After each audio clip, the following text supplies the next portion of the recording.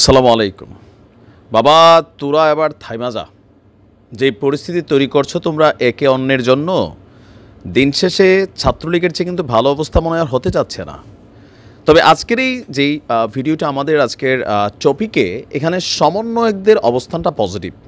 তবে শিক্ষার্থী হিসেবে আমরা যাদেরকে দেখেছি তাদেরকে যদি কন্ট্রোল করতে এই সমন্বয়করা না পারে, কারণ তারাই তো নেতা। তাদের ছাত্রলীগের সাদ্দাম তো আর ঢাকা কেন্দ্রীয় জায়গা থেকে বৈশা, বা যুবদলের যিনি কেন্দ্রীয় নেতা আছেন তিনি ঢাকা থেকে বৈশা সারা বাংলাদেশের ছাত্রদলকে কন্ট্রোল করা সম্ভব না।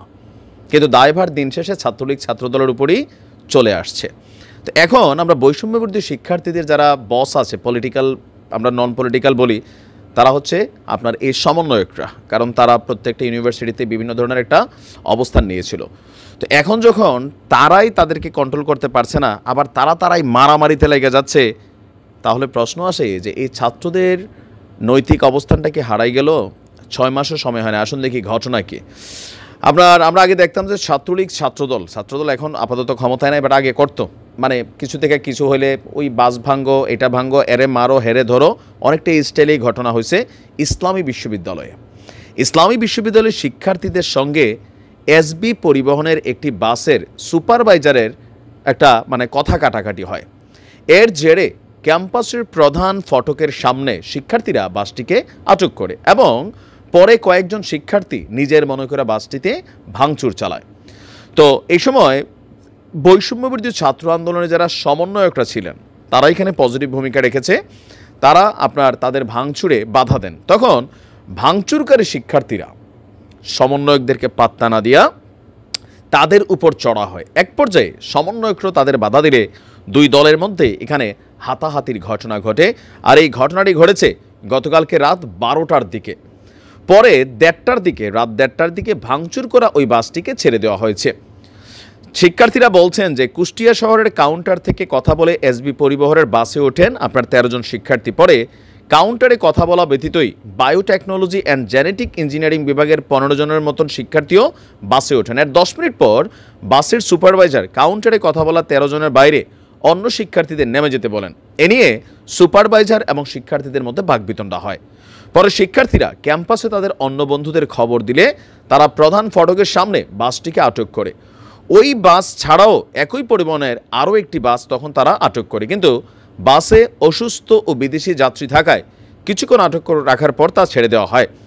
বাসটিকে আটক করার সময় মার্কেটিং বিভাগের শিক্ষাবর্ষের শিক্ষার্থী মোস্তাফিজুর রহমান আহত হন। তখন বিশ্ববিদ্যালয় মেডিকেল প্রাথমিক চিকিৎসা শেষে তাকে কুষ্টিয়ায় পাঠানো হয়।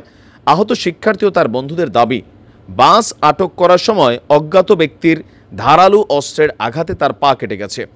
প্রত্যক্ষদর্শীরা বলছেন বাস আটক করার সময় মুস্তাফিজ বাসের দরজার গ্লাসে লাথি দেন, তখন তার পা কেটে যায়।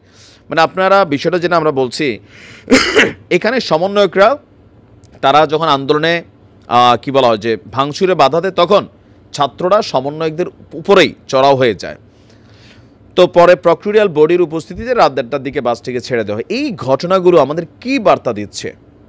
আমরা বলছি বাংলাদেশকে বদলায় যেতে হবে, আমরা বলতেছি বাংলাদেশে আমরা পরিবর্তন চাই, বাট এইভাবে কি পরিবর্তন হবে? মব জাস্টিস, আমরা আইনের তোয়াক্কা করব না। আমার সাথে একজন কন্ট্রাক্টর খারাপ ব্যবহার করছে, আমরা এগুলো আগে দেখছি। এই কোনো ঘটনা হলে ছাত্রলীগের একজন ফোন দিত, পুরো টিম চলে আসতো, লাঠি ছোটা, হেলমেট, হাতুড়া নিয়া। ছাত্রদলেরও সেম কাহিনী ছিল। তো তোমরা যারা সাধারণ শিক্ষার্থী আছো, তো তোমাদের সাথে এই রাজনৈতিক শিক্ষার্থী যারা আছে তাদের পার্থক্যের জায়গাটা কোথায় বাবা? আর সমন্বয়করা যারা আছেন তারা যদি দলকে বা ছাত্রদেরকে কন্ট্রোল করতে না পারেন, বৈষম্যবিরোধী শিক্ষার্থীদের নেতৃত্বে যারা আছেন, তাহলে আপনাদের নেতৃত্ব নিয়েও প্রশ্ন ওঠে। এই পরিস্থিতি চললে আর 3 মাস পরে দেশ ছেড়ে পালানো লাগবে। পলিটিক্যাল দলগুলোর সাথে যে অবস্থান, নিজেদের মধ্যে যে ভাঙন, পিটাপিটি, মামলা হামলা, মোটামুটি একটা আমরা কি বলা হয় যে বায়োস্কোপ টাইপের এখন দেখতে পাচ্ছি। সবাইকে যার যার জায়গা থেকে সাবধান হতে হবে। দেশকে পরিবর্তনের জন্য পুলিশের যেমন পোশাক পরিবর্তন করলে হবে না দাবি তুলছি, তো নিজেদেরও মন মানসিকতাতে পরিবর্তন আনতে হবে। ভালো থাকুন। আসসালামু আলাইকুম।